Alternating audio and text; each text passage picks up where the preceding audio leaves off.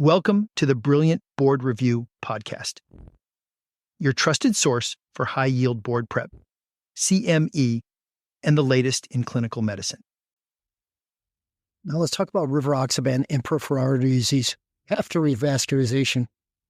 In this study, it was in New England Journal of Medicine, but the main thing, yes, there was increased risk of bleeding, but now the guidelines have changed, and this is what I want you to think about.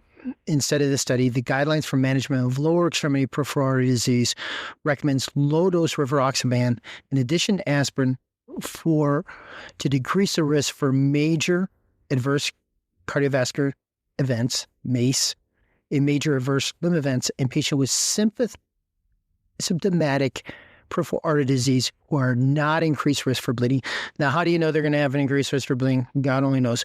But I do want you to know, yes, the study was in 2020, but the guidelines were changed by the Vascular Society. And so these are things that we have to think about. So low-dose Rivaroxaban, the 2.5 dose, BID, in addition to aspirin, is now recommended to decrease the risk for major adverse cardiovascular events, MACEs, in major adverse limb events in patients with symptomatic peripheral artery disease who are not increased risk for bleeding. How do you know they're going to be increased risk for bleeding? That's a tough one. We're going to have to work on it. But I do want you to know the guidelines have been changed. Thanks for listening. Visit brilliantcourses.com to learn more and claim credits for this educational activity. See you next time.